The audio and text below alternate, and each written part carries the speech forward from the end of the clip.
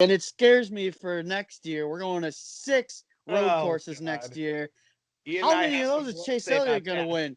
Can Chase we Elliott's keep gonna have him? like 8 wins. Yeah, he's going to have 8 Yeah. wins next year, and 6 of them are coming from the road courses because he's So- probably going to win all of them.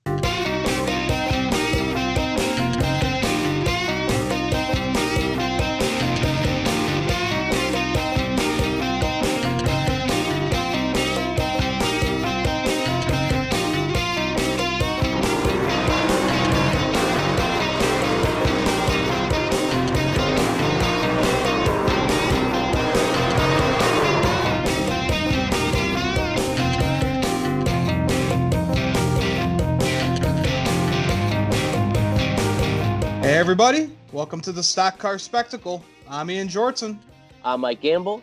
And I'm Nick Kinzel. and we have Patrick Codo from the Codo's Mojo joining us once again.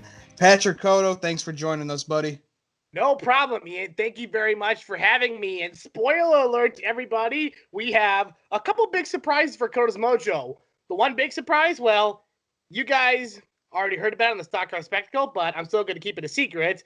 But the other surprise, Ian Georgeson is now a third co-host of Codo's Mojo. You can tune to me, Adam Cornwell, and Ian Georgeson on these upcoming episodes of Codo's Mojo. And this week, oh baby, all I got to say, folks, is fasten those seatbelts. Yeah, Wow. buddy. I'm excited to be a part of the Codo's Mojo crew. Can't wait to talk some sports. So, yeah, I'm excited, yeah, buddy. I'm excited too. It's going to make the show more fun. Oh, yeah. And we got our main man, Mike Gamble, back on the show. He was Mike. on last week. Welcome So, back, Mike. Thanks for having me back. Obviously, guys, it's good to be back. So for those out there listening and wondering where the heck I was, I'm technically kind of sort of in the middle of a move right now. Supposed to be moving apartments, box everything up, and we were told we had like 2 weeks to get everything going. And being a NASCAR fan and a diecast collector, I got a lot of to pack. So got all packed up just to find out yesterday we're not moving for a couple of weeks. So guess who gets to live out of boxes for the rest of the month, boys? You do. Oh, yeah. Yeah. So That's always fun. And then here, as always, we got Nick Kinsel. So knocking down 3 balls over there. yeah. So before we dig into our Roval review, let's start with our diecasts of the week. Patrick, what'd you bring for us? All right. Well, I've been looking forward to debut this one. Now, wrong number, but the same driver. Chase Elliott, baby. Get to that win at the Roval. That's 4 straight road course wins. His second straight win at the Charlotte Roval, and that's also his third out of 4th win at Charlotte. Yes, sir. Hey, I've always liked that 24 Napa paint scheme. I like it better than his 9 Napa paint scheme right now. That's just so wrong, Ian. You're so wrong on so many levels for saying that. Nothing beats. I'm going to go next because nothing beats the sexiest race car I've ever seen in my life. Talking about Chase Elliott winning the Roval, I brought out the number 9 Napa Chevy. Oh my goodness. That is a dope car. I have about like 3 all-time favorite schemes ever, and this is easily number 1. This thing under the lights, it's so incredibly gorgeous. I got it from Plan B sale, $25. It's his Nationwide Series champion car. $25? $25 for this bad boy. It's sick. Oh. It's sexy. And it's a whole lot better looking than that 24 car. Gotta say it. I for that. Now, I was actually talking about his current Napa paint scheme. Oh, okay. I was about to say. But yes, that Nationwide scheme takes the cake. I think we can all Absolutely. agree the current Napa paint scheme is far inferior to both of those Napa cars. Oh, Yes, without Oh, a yeah. doubt. I got some diecast of Chase Elliott coming in the mail soon. Oh, yeah. There you go. But all right, Mike. guys, I'm going to stay in the family solely because, as I said, I got all my stuff kind of boxed up. So it's slim pickings at the Gamble household right now. But I had like 3 randomly in a drawer for space reasons. We're going to stay in the Chevy camp. We're going to stay in the 24 camp. We're going to go Jeff Gordon. Hey! One of my favorites. There's actually a picture of me next to this car as a little kid. So, yeah, I think I was like maybe like 9 or something in the photo, probably even younger than that. So yeah, got a lot of sentimental value to me.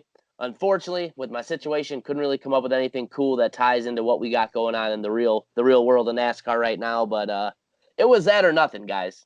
Yeah, hey man, I love the Jeff Gordon Pepsi schemes, and that one's probably my favorite. Yeah, it was simple, good looking. One of my favorite times in the sport, the late '90s, early 2000s. So.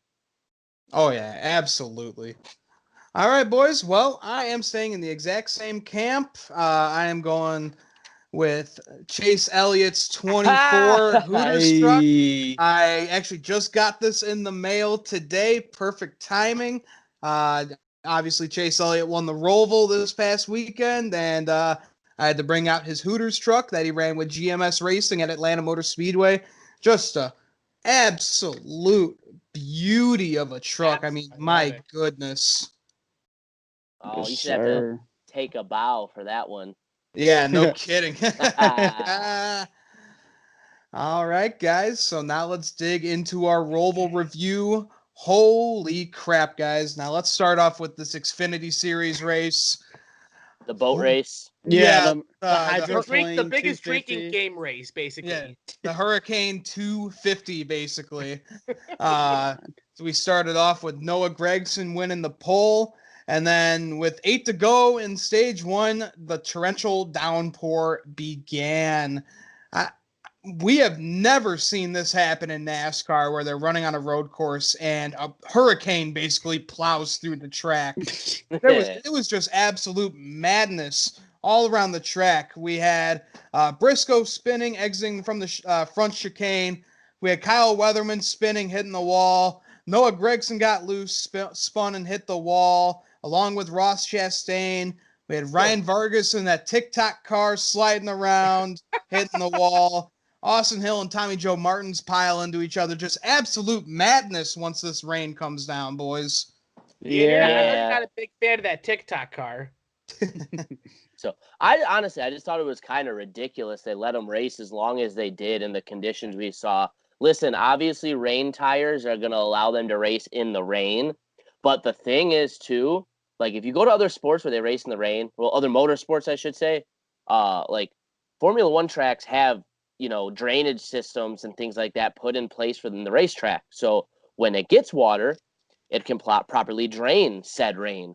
So they're not having all this standing water, all these puddles, and all these kind of torrential downpours. And when it rains that hard in Formula One, they don't race either. So I was just really surprised they allowed it to go on as long as they did. Nick, like you and I were kind of saying, you said on Twitter a bunch too, they're just kind of wasting laps. Really lucky, in my opinion, nobody really got hurt because you heard stories about guys couldn't even see. That looked Guys scary. were guessing. Yeah, it's just Well, kind of ridiculous. I think that Freddie Kraft said it best on Door Bumper Clear this past week when he was spotting for AJ Allmendinger. You would think AJ Allmendinger come to a road course, he would love this. AJ Allmendinger hated this. He said it practically took no talent at all. You just had to kind of send it in there. You kind of got to guess there. Try not to hydroplane it. It took really no driving skill at all. That wasn't a race, in my opinion. That Xfinity Series race, I don't think that was a race because so much got taken away with that torrential downpours. Pretty much, like I said, it just try and hang on for dear life. 250 is what it was, in my opinion. Yeah. I don't think that was not real racing. So I agree with Freddie Kraft and AJ Allmendinger on that one. Yeah, it was just an absolute show at that point. I mean, you can't control Mother Nature, but when it gets that bad, just red flag the race and just wait for it to kind of calm down, get that standing water off the track, because like you said, Mike, they have nowhere for the water to disperse. It's just sitting there the whole time. We would have been up all night for that race. Yeah, I mean, they did red flag it, but it took them a long time to do it just because everyone was wrecking left and right. Well, that's when they were wasting laps, as they were running like 10 laps under caution. 10 out of the first 18 or 10 out of the first 28 laps were run out of caution or something like that. So there's just absolutely no reason for that. If you're going to be under yellow for that long, just throw the damn red flag because waste of laps. Exactly. Would have been the perfect day to take a shot for every caution, and we all would black out. Oh, God. Yeah, no. All right, boys. So we had Kaz Grala going on to win stage 1. That was his first ever stage win in the Xfinity Series. And then we had a little incident here with Riley Herbst spinning out Noah Gragson in the infield road course. Gragson was obviously not happy with it. And they asked what he's going to do about it. He says, "I don't get mad, I get even." Yeah. A lot of people pointed at when Noah took out Riley at Texas.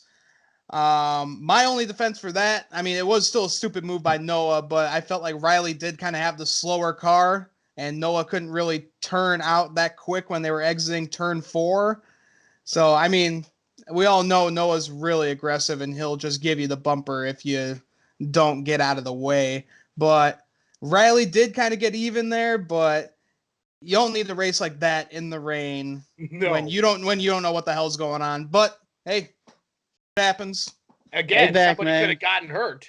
What it is, yeah, it's exactly what we were talking about. That was Riley Herbst paying Noah Gragson back for all that crap in the past. That's all it was.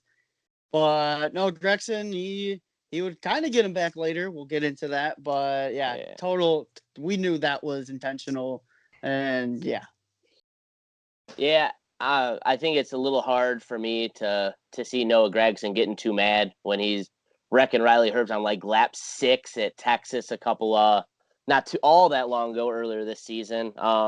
Listen, if you're gonna be an aggressive race car driver, sometimes you're gonna get raced aggressively. Kind of is what it is.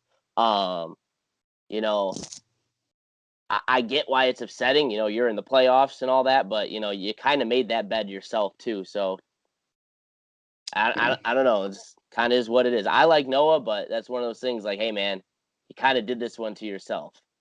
No, exactly. I mean, like you said, you're going to have to expect that when you're an aggressive driver. I mean, look at Dale Earnhardt. He took out so many guys. A lot of guys never gave him any room. Him and Rusty were going at it so many times because Rusty finally had enough. So that's going to happen when you put those kind of shoes on. Absolutely. So, yeah, as long as you know it's coming, cool. Yep. And then we had 7 to go in stage 2. We had Riley Herbst. He cut in front of AJ Allmendinger, spun himself out. Justin Allgaier spins out. And then Justin Haley and Pardis basically plow right into Riley Herbst. Just more madness with this hurricane. And then, of course, you throw Riley Herbst into the mix, and madness is already happening. So throw that hurricane on top. Ugh.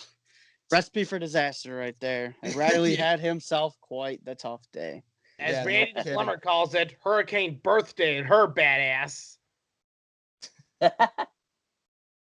And then we had 4 to go in stage 2. We had Harrison Burton losing power, and he brought out the caution, pretty much ending his playoff contention. He had a good run for his rookie year, but the car couldn't take any more of this damn hurricane. Well, see, that's the thing that kind of pisses you off, too, about him not throwing the yellow when they did. Obviously, you can't confirm this because I don't have this information, but pretty hard to wonder anything else besides, so did that water standing on the track that was splashing up under the cars cause something to short out? Is that why he lost power? I mean, not saying it's the cause, but it very well could have been, too. It could be. Right. I mean, Really we've never just- seen a downpour like this before during a race. Right, they're not Right. built to withstand that. Yeah. Yeah. Really disappointing for Harrison, though, because, well, at the beginning of the year when we did our kind of 2020 preview show, I know me and Ian weren't too kind on Harrison Burton. We didn't think he was going to get it done, but he shut us up right away. Just goes to show that driving a truck and then driving an Xfinity car, two totally different things. Harrison had a great rookie year. I expect the same out of him next year. Oh, yeah, absolutely. I mean, he did not look like he had any talent when he was in the Truck Series. He comes to the Xfinity Series, and boom, he wins Auto Club. And he won Homestead, too. Yeah, and he won Yeah. Homestead, too. So he had a fantastic start. He looked hot all year when we got into the playoffs, a little shaky, but still a fantastic start for this rookie. Yeah, absolutely. I thought that the Xfinity cars would kind of suit him a little better than the trucks did. I think he proved that, and I think he proved that in the next couple seasons to come until he's ready for a Cup Series ride, he'll be an Xfinity Championship contender for here until his Xfinity career is over with. So I think it's a really good rookie year, a lot to build off of, but it also leaves him a lot to be hungry about going into the offseason. Right. Absolutely. All right, boys. So Chase Briscoe, he went on to win stage 2. And then we had 25 to go on the restart. We had Noah Gragson spinning himself out from that standing water, entering the heartburn turn, receiving heavy damage from hitting the wall. But that did not stop the team. They made repairs, and then he came out, and he was still as fast as he was at the start of the race. He And then, almost won that too. yep. It was a close finish. And we had a caution out with 4 to go with Brandon Brown wrecking. He couldn't get it started, so that brought out NASCAR overtime.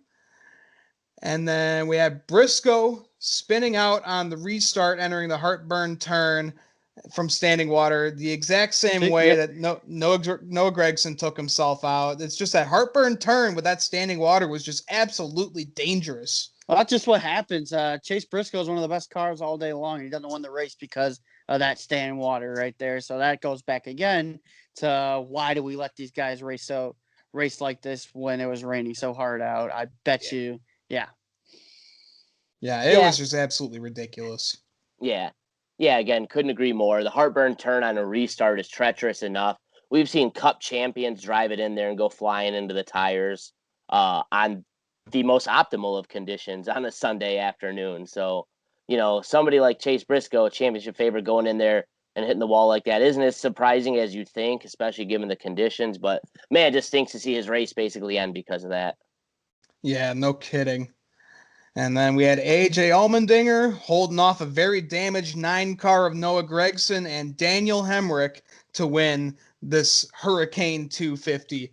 I mean, my goodness, Noah Gragson, mostly Daniel Hemrick, what a race for him. Who would have thought the worst conditions would have brought out a top 5 finish for Hemdog? So here's the thing. Yeah, this is what's crazy is that after all those cautions we saw all day, Daniel Hemrick's car came home unscratched. It came home clean. But on that restart, I thought we were getting spun out by the 9 car because I saw the replay and Hemrick was going sideways. And I was like, that 9 did not just put us in the fence, did he? This would not have been a tame show if that would have happened right there. But now this would have been an episode divided. Yeah, it would have been an episode divided before. I would have been coming for blood. So, no, good run. Good run for the 9. Good run for Daniel Hemrick.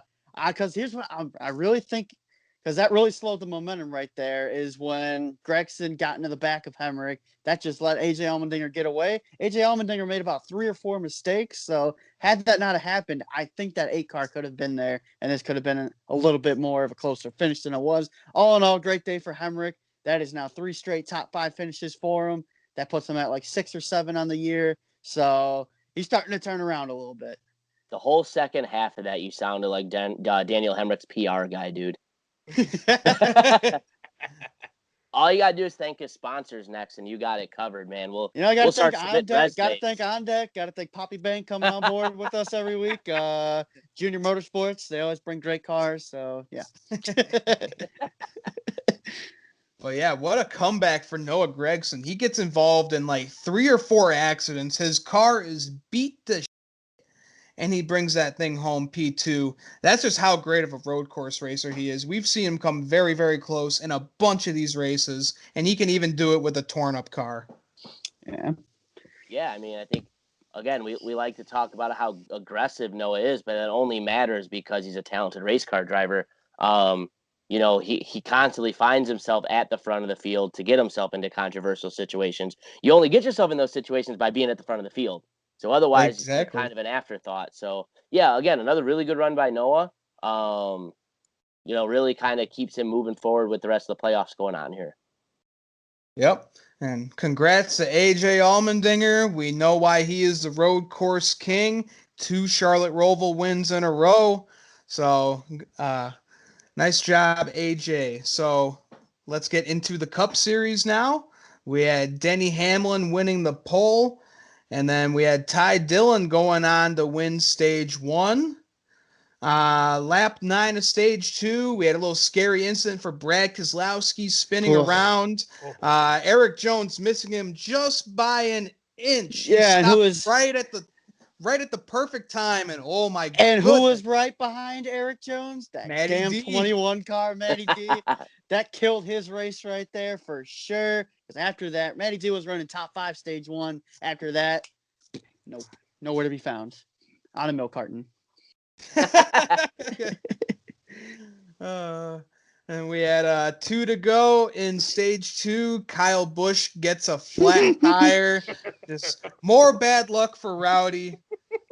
And then we had Mike's boy Ryan Blaney going on to win stage 2. At least something good happened for us since the playoffs ended. All right, baby. But don't worry, we screwed that up later. Yep. And then we had 46 to go. We had a caution come out for Ty Dillon, our stage 1 winner, as he gets stuck in the grass. Ty, Emilio Castroneves, Dillon, the way he raced this weekend. Well, yeah, what's crazy about Ty Dillon is that he obviously had a fast car early on. I think his pit crew kind of screwed him there. He had enough. He pitted at the end of stage 1, and that put him in the back again. And he was never able to recover from that. He did not have to pit after the end of stage 1. They put their sticker tires on. He was gonna have enough to go. So I don't know why they did that, but still, Ty Dillon continues to prove that him and that small team. It sucks for Jermaine Racing closing at the end of the year, but they had themselves a good little run going there. Dude, in the rain on a road style course, passing like half the field, looked like Nicky Lauda on the Yeah, it was track crazy back then. Yeah, it's unbelievable. You and I were like just almost like giggling because like, how are we gonna predict that? What are you gonna say? Like, right. Well, he was Dillon's the winning. first. All right. Yeah, he was the first to put the sticker tires on because Yeah. everybody else was out there on the range, and he's like 7 seconds back, and all of a sudden here he goes for Martin Truex Jr. for second place, and then lo and behold, he's going for Clint Boyer as well. So yeah, that was crazy. It's like I forgot who else said it, but they were like, "Oh damn, Ty Dillon's driving like Lewis Hamilton out here today." Yeah, so he had lots of speed early in this race, so unfortunate to see him get stuck in the grass and bring out the caution. So we had 38 to go. We have Bubba Wallace taking it 4 wide into the heartburn turn. He spins out Ricky Stenhouse Jr. Was that Bubba Wallace driving the car? Or was that Larry the Enticer? He straight up sent it in there. He knew it was gonna happen. That was funny. Yeah, but the thing that makes me not so mad about it was that he took out Ricky. So. Yeah. But yeah, good times. Well, but buddy, I don't know what you thought was going to happen there, but when you took it that wide going to that turn, that was only one way that was going to run or end there, buddy. So no. Yeah. And then Ryan Blaney, both of our stage winners getting into trouble today. We had Ryan Blaney getting caught in a huge puddle in the grass, spun himself out. He almost got hit by Matt Kenseth. He missed it by that much. Yeah. Kind of sent Ryan Blaney back in the back, but at least he didn't receive any heavy damage from there. Yeah, but then he got a penalty for too fast on pit road too. That's right. That's Ryan Blaney. Blaney. You know, we gotta kick ourselves in the dick while we're at it. So can't just have the mistake. Then we gotta step all over our wiener while we're doing it too. So that's been Ryan Blaney all season long. That guy could easily have 4 or 5 wins right now, but sure not Kyle Busch? He could easily be your dark horse championship 4 guy right now. Yeah, that's what we thought he was going to be at the beginning of the season in our preview show. And then go into this championship 4. These last 4 racetracks are 4 awesome racetracks for him. So if he's sitting there with a chance, it's just like last year, it's very conceivable to see him go out and get a win and end up in the championship 4. I thought that he was going to do it last year, didn't. I thought for sure this year he'd be your 4th guy in. But here we are, 2020. Yep. Well, he can still go and play spoiler for all the playoff drivers and win those races. So hopefully him and his team are up to the task. Only one way to find out, brother. Exactly. And it can't go too much worse than the Roval. Yeah, no kidding. And then late in the race, we had Kurt Busch and Martin Truex Jr. spinning out together in the backstretch chicane. And then Chase Elliott goes on to win his second Charlotte Roval race in a row. I believe that's his fourth road course win in a row as well. Yep. So Chase Elliott is becoming the new road course ringer of the NASCAR Cup Series. I just don't know how any of these guys don't have anything for Chase Elliott. You put this man on a road course, see you later. And that just Even scares if he's me far back too, because remember he had a little tire issue too in like the third stage, which Yeah. put him like in the top 25, and then he still won it. I'm like, how? It's just crazy to think, and it scares me for next year. We're going to 6 road Oh, courses God. next year. Ian How and I many of have those some is work Chase say Elliott about going to that. win? Can Chase we Elliott's see gonna have him? like 8 wins. Yeah, he's going to have Yeah. 8 wins next year, and 6 of them are coming from the road courses because he's So- probably going to win all of them. Listen, I love Clyde, but I got bad news. The championship race ain't gonna be a road course, so just so you're aware.